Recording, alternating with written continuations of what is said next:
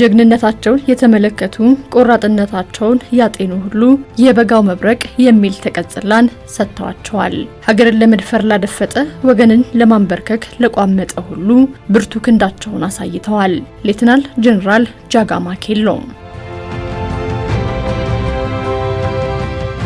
ጥር 21 ቀን 1913 ዓመተ ምህረት ደንዲዮ ኦብዲ ወረዳ የተወለዱት ሌተናል ጀነራል ጃጋማ ኬሎ ጀግንነት የደማቸው እምቢባይነት የልጅነታቸው መርህ ነው። ለዚህም ነው ከእናታቸው ጎጆ ከሚጨሰው ጢስ በቀር የአረር ሽታ በዞረበት ዞሮ በማያውቀው የለጋ ዕድሜያቸው እምቢኝ ለወራሪ ብለው ጦር ሜዳን ቤታቸው ያደረጉት።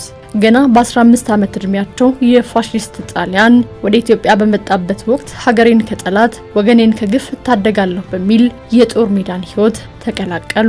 በዚያም በነበራቸው ቆይታ የጦር ክህሎታቸውን፣ ቆራጥነታቸውን፣ እምቢባይነታቸውን የተረዳው ጦረኛም ገና በአፍላ ዕድሜያቸው የ3500 ሰራዊት አለቃም አድርጎ ሾማቸው።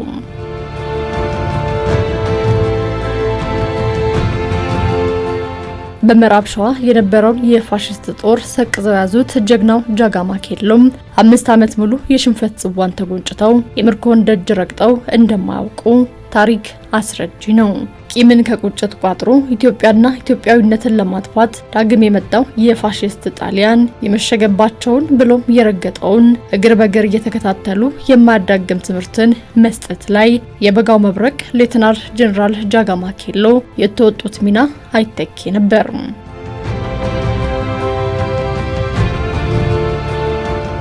ከኢትዮጵያውያኑ ጀግኖች ከነደጃዝማች ገረሱ ዱኪ ከወይዘሮ ሸዋረገድ ገድሌ ጋር በመሆን ከሸዋ እስከ ጅማ ኢትዮጵያውያኑን አርበኞች እስከ ፍጻሜው ጦርነት በመምራት ፋሺስት ጣሊያን በመጣበት እግሩ የኢትዮጵያን ምድር ለቆ እስኪወጣም እልህ አስጨራሽ ተጋድሎን ፈጽመዋል።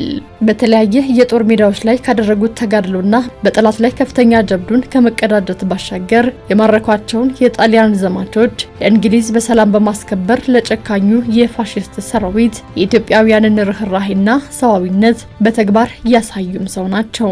የጀግንነት ቁንጮ የነበሩት ሌተናል ጀነራል ጃጋማ ኬሎም የተጋድሎ ታሪክ ፋሺስት ጣሊያንን የሽንፈት ጽዋን ከማስጎንጨት የዘለለ እስከ ሶማሊያ ጦርነትም የዘለቀ ነው።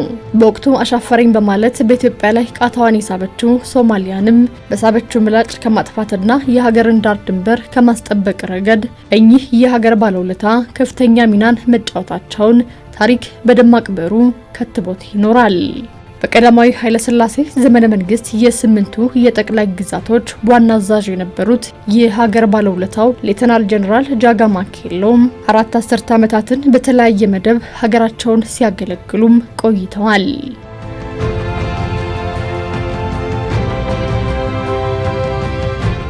ምትክ የለሽ ሕይወታቸውን ሳይሰስቱ ሀገርና ሕዝብን አስቀድመው ሲያገለግሉ የነበሩት ጀግናው ኢትዮጵያዊም ከሀገር ውስጥ የኢትዮጵያ የክብር ኮከብ የክብር ኒሻን፣ የቅዱስ ጊዮርጊስ የጦር ሜዳ ጀግና ሜዳይ፣ የዳግማዊ ምኒልክ ኒሻን ሽልማትን ተቀብለዋል። ከዚህም ባሻገር ከእንግሊዝ ዩጎዝላቪያና ላይቤሪያ የተለያዩ ኒሻኖችን ተሸልመዋል።